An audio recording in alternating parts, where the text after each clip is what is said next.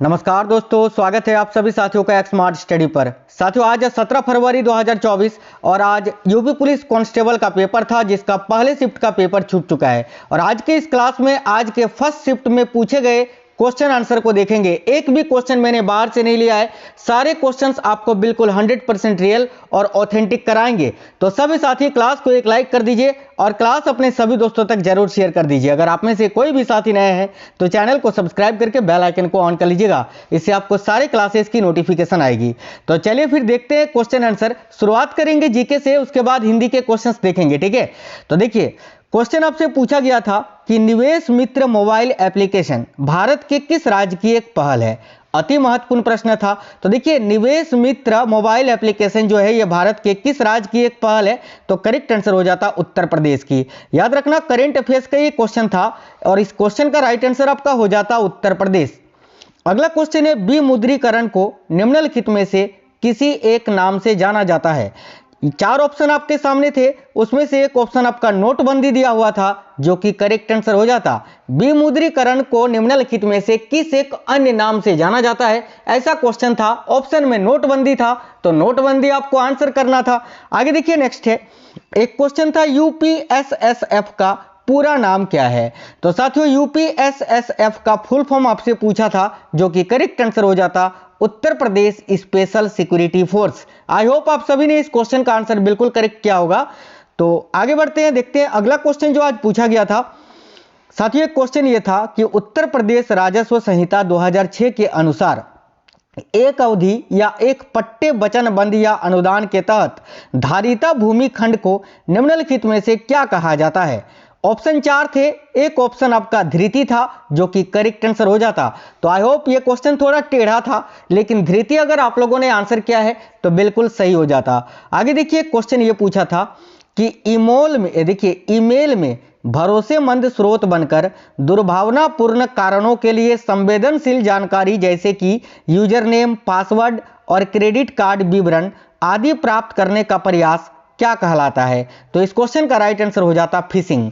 यह भी क्वेश्चन काफी इंपॉर्टेंट था और काफी बच्चों ने इस क्वेश्चन को छोड़ा होगा क्योंकि क्वेश्चन थोड़ा टेढ़ा था, लेकिन आंसर इस क्वेश्चन का आपका फिशिंग हो जाता। आई होप आप सभी ने इस क्वेश्चन का आंसर बिल्कुल सही किया होगा। एक चीज साथियों, अगर आप लोग आज पेपर देकर आए हैं पहले शिफ्ट में, कोई भी क्वेश्चन याद है तो कमेंट करना।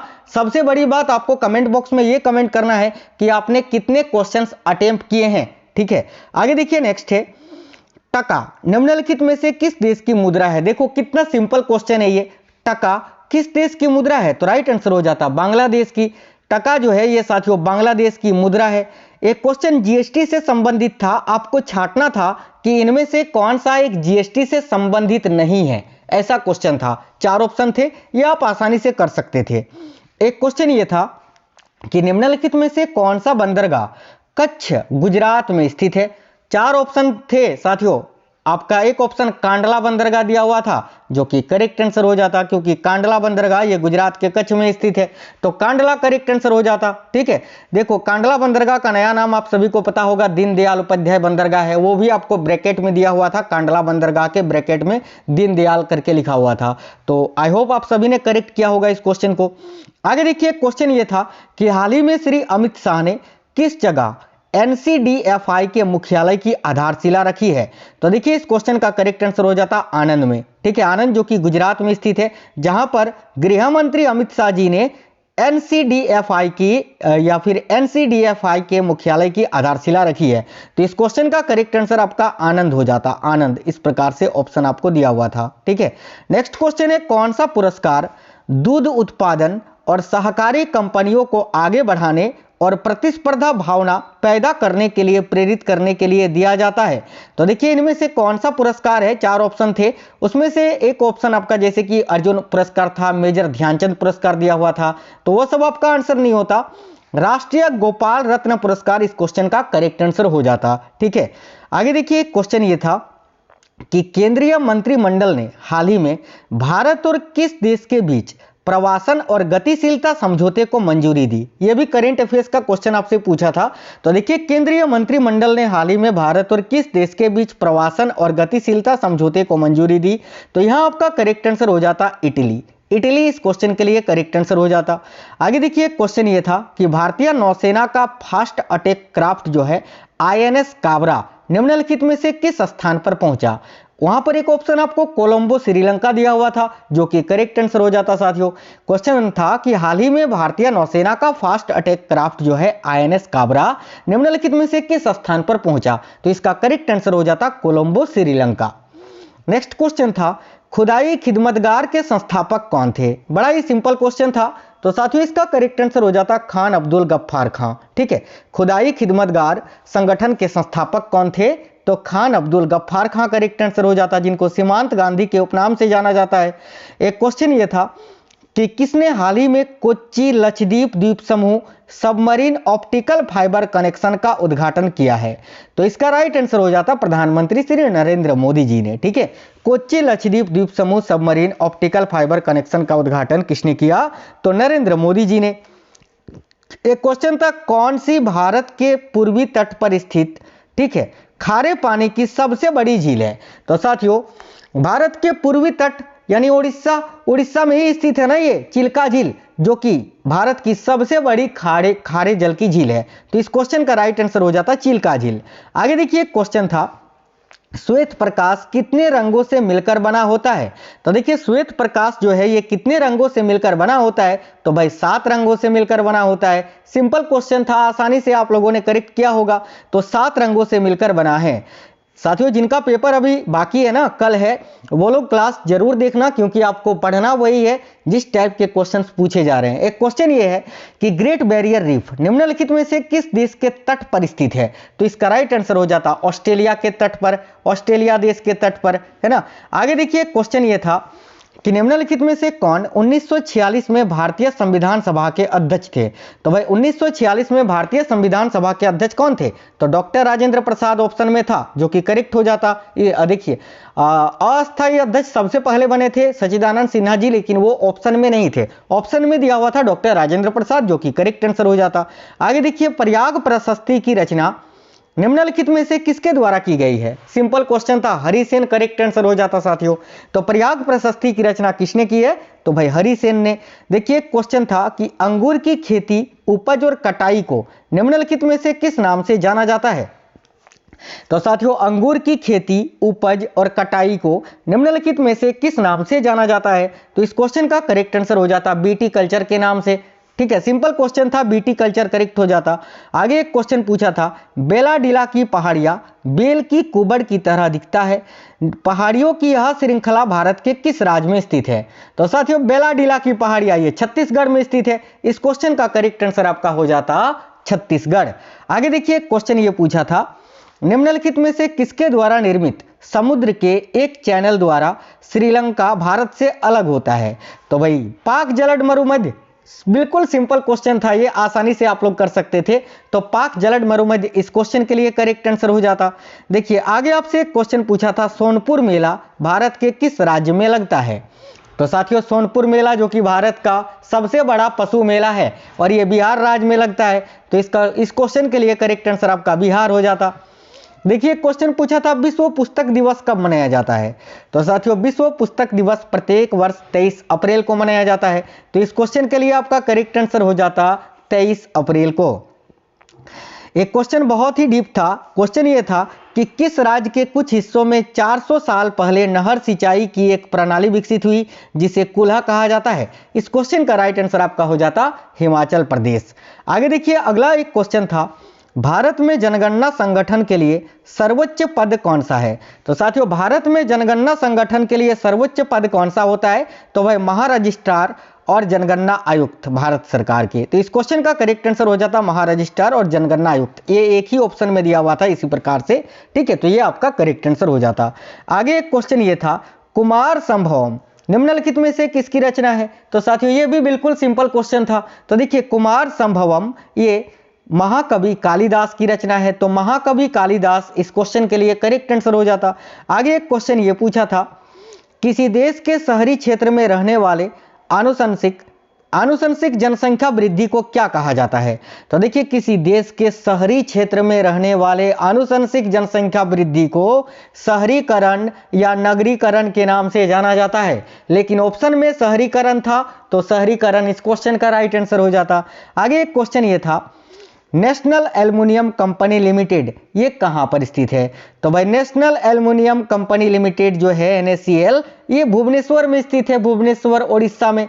तो इस क्वेश्चन का करेक्ट आंसर भुवनेश्वर हो जाता, उड़ीसा। एक क्वेश्चन ये था कि उत्तर प्रदेश में स्थित भदोही किस कला के लिए प्रसिद्ध है? तो साथियों देखना, उत्तर प्रदेश का ये जो जगह है भदोही, ये किसके लिए प्रसिद्ध है? तो भाई कालीन बुनाई के लिए। यहाँ पर कालीन की बुनाई की जाती है, तो कालीन करेक्ट आंसर हो जाता, कालीन बुनाई। ठीक है, बिल्कुल सुपर फास्ट क्वेश्चन आपको करवा रहे हैं साथियों। एक क्वेश्चन तो बहुत ही सिंपल था, पूछा था उत्तर प्रदेश का राजवृक्ष कौन सा है? तो इसका करेक्ट आंसर अशोक ऑप्शन में था, अशोक आपका करेक्ट आंसर हो जाता। आगे एक क्वेश्चन था, सुरहताल प्रसिद्ध अभयारण्य ये कहां पर स्थित है? ये थोड़ा बड़ा करके लिखा हुआ था, ठीक है, लेकिन सुरहताल प्रसिद्ध अभयारण्य जो है ये उत्तर प्रदेश के बलिया में स्थित है। तो भाई बलिया ऑप्शन में था, बलिया इस क्वेश्चन का राइट आंसर हो जाता। आगे एक क्वेश्चन ये पूछा था, कौन सा सोशल मीडिया प्लेटफॉर्म पेशेवर नेटवर्किंग और नौकरी तलाशने के लिए सर्वाधिक उपयुक्त है? तो देखिए, कौन सा सोशल मीडिया प्लेटफॉर्म है जो कि पेशेवर नेटवर्किंग और नौकरी तलाशने के लिए सर्वाधिक उपयुक्त है? तो लिंक्डइन इस क्वेश्चन का करेक्ट आंसर हो जाता। ठीक है, लिंक्डइन इस क्वेश्चन के लिए आपका करेक्ट आंसर हो जाता साथियों, लिंक्डइन। आगे देखिए, क्वेश्चन ये पूछा था बड़ा ही सिंपल कि मथुरा किसकी जन्मस्थली है जिसको ब्रजभूमि के नाम से जाना जाता है? तो भाई मथुरा किसकी जन्मस्थली है? तो भगवान श्री कृष्ण की। अब आपसे आगे पूछेगा कि अयोध्या किसकी जन्मस्थली है? तो आप क्या बताओगे? श्री राम की, है ना? तो याद रखना, भगवान श्री कृष्ण इस क्वेश्चन का करेक्ट आंसर हो जाता। आगे एक क्वेश्चन ये था कि अकबर का मकबरा कहाँ स्थित है? तो साथियों, अकबर का मकबरा तो भाई सिकंदरा में स्थित है। तो यहां आपका इस क्वेश्चन के लिए करेक्ट आंसर हो जाता सिकंदरा। देखिए, क्वेश्चन था, उत्तर प्रदेश का कौन सा प्रसिद्ध लोक नृत्य है जो धान, है ना, जो धान और मक्के की खेती के समय किया जाता है? तो इस क्वेश्चन का करेक्ट आंसर शायद कजरी होना चाहिए। तो कजरी इस क्वेश्चन का राइट आंसर आपका होना चाहिए था। ठीक है, आगे देखिए, बाकी ये ऑप्शन पर डिपेंड करता साथियों। आगे एक क्वेश्चन ये था कि बनारस हिंदू विश्वविद्यालय की स्थापना पंडित मदन मोहन मालवीय ने किसके सहयोग से की थी? अब देखिए, बनारस हिंदू विश्वविद्यालय की स्थापना तो पंडित मदन मोहन मालवीय जी ने किया था, लेकिन किसके सहयोग से, किसके स्थापना से, किसके सहयोग से किया था? तो राइट आंसर हो जाता एनी बेसेंट के सहयोग से। तो एनी बेसेंट इस क्वेश्चन का करेक्ट आंसर हो जाता। अब हिंदी के कुछ क्वेश्चंस देख लेते हैं साथियों, आज पूछे गए हिंदी के क्वेश्चन। एक क्वेश्चन तो था आपका, नलिन और राजीव किसके पर्यायवाची शब्द हैं? तो साथियों, नलिन और राजीव ये किसके पर्यायवाची शब्द हैं? तो भाई कमल के पर्यायवाची शब्द है ना। नलिन भी कमल का ही पर्यायवाची शब्द है, और राजीव भी कमल का ही पर्यायवाची शब्द है। तो यहां कमल आपका राइट आंसर हो जाता। आगे एक क्वेश्चन ये था हिंदी का कि पूर्व और उत्तर के बीच की दिशा के लिए एक शब्द क्या होगा? यानी पूर्व और उत्तर का जो बीच का दिशा है उसको क्या कहा जाता है एक शब्द में? तो इसका राइट आंसर हो जाता ईशान। ईशान इस क्वेश्चन का 100% करेक्ट आंसर हो जाता। आई होप आप सभी ने बिल्कुल करेक्ट किया होगा। आगे एक क्वेश्चन ये था, देखिए, मदिरालय शब्द का सही संधि विच्छेद क्या होगा? तो भाई मदिरालय शब्द का सही संधि विच्छेद आपको करना था, जो कि करेक्ट आंसर हो जाता मदिरा जोड़ आलय। तो ये भी बिल्कुल सिंपल क्वेश्चन था हिंदी का। ठीक है, तो मदिरा जोड़ आलय यहां आपका राइट आंसर हो जाता साथियों। आगे देखिए, क्वेश्चन था कि तिल का ताड़ बनाना मुहावरे का अर्थ क्या है? तो देखिए, तिल का ताड़ बनाना इस मुहावरे का सही अर्थ क्या होगा? ऑप्शन में था साधारण बात को बढ़ा चढ़ाकर कहना, जो कि करेक्ट आंसर हो जाता भाई। तिल का ताड़ बनाना इस मुहावरे का सही अर्थ आपका होता साधारण बात को बढ़ा चढ़ाकर कहना। देखिए, आगे एक क्वेश्चन था, परोक्ष का विलोम शब्द क्या होता है? तो साथियों, परोक्ष शब्द का सही विलोम शब्द क्या होता है? सिंपल क्वेश्चन था ये, तो बहुत ज्यादा पूछा जाता है परोक्ष का विलोम शब्द। तो क्या बताते आप? प्रत्यक्ष बताते। भाई परोक्ष का विलोम शब्द तो प्रत्यक्ष ही होता है ना, तो प्रत्यक्ष इस क्वेश्चन का राइट आंसर हो जाता। आगे एक क्वेश्चन ये था, चमड़ी जाए पर दमड़ी ना जाए लोकोक्ति का सही अर्थ क्या है? तो साथियों, चमड़ी जाए पर दमड़ी ना जाए लोकोक्ति का सही अर्थ क्या है? तो इसका ऑप्शन में दिया हुआ था अत्यधिक कंजूस होना, जो कि करेक्ट आंसर हो जाता साथियों। एक क्वेश्चन था, कौन सा भाषा पश्चिमी हिंदी से संबंधित है। तो देखिए इनमें से कौन सा भाषा है या निम्नलिखित में से कौन सा भाषा है जो पश्चिमी हिंदी से संबंधित है? तो बांग्रू भाषा इस क्वेश्चन का करेक्ट आंसर हो जाता साथियों। बांग्रू आपके ऑप्शन में भी दिया हुआ था जो कि राइट आंसर हो जाता।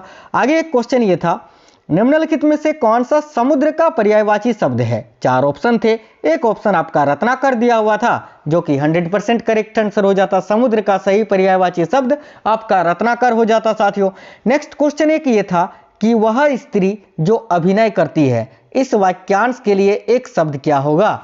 तो साथियों वह स्त्री जो अभिनय करती है, इस वाक्यांश के लिए एक शब्द क्या होगा? तो अभिनेत्री होगा। यहां आपका राइट आंसर हो जाता अभिनेत्री। एक क्वेश्चन था, मानसरोवर किसकी रचनाओं का संकलन है? तो साथियों देखिए मानसरोवर ये किसकी रचनाओं का संकलन है? तो मुंशी प्रेमचंद की। यहां करेक्ट आंसर हो जाता प्रेमचंद। इसके बाद अगले शिफ्ट यानी सेकंड शिफ्ट का पेपर जैसे ही खत्म होगा उसके सारे क्वेश्चन आंसर मैं आपको करा दूंगा। और इस देखिए रात में एक क्लास आपको आएगी शाम में, जिसमें आज के पहले और सेकंड दोनों शिफ्ट का क्वेश्चन आंसर मैं एक ही क्लास में करा दूंगा, उसको भी आप लोग जरूर देख लेना। तो साथियों आपका पेपर अभी जिनका भी बाकी है, ऑल द बेस्ट। आप लोग इस क्लास को जरूर देख लेना, एनालिसिस के क्लासेस जरूर देखिए। मैं सारे क्वेश्चन 100% रियल और ऑथेंटिक ही करवाता हूं। हमेशा कभी भी जो है मैं आप लोगों के साथ ऐसा मजाक या खिलवाड़ या फेक क्वेश्चंस कभी भी नहीं कराता हूं। आज तक कभी नहीं कराया है, ना आगे कराऊंगा। ये 100% रियल और ऑथेंटिक क्वेश्चंस थे जो आज पूछे गए थे। जितने क्वेश्चन मुझे मिल पाए थे मैंने वो सारे क्वेश्चंस आपको कराए। आपका पेपर कब है, कौन से शिफ्ट में है, कमेंट बॉक्स में कमेंट करके जरूर बताना। आपसे मिलेंगे नेक्स्ट क्लास में, तब तक के लिए जय हिंद, वंदे मातरम।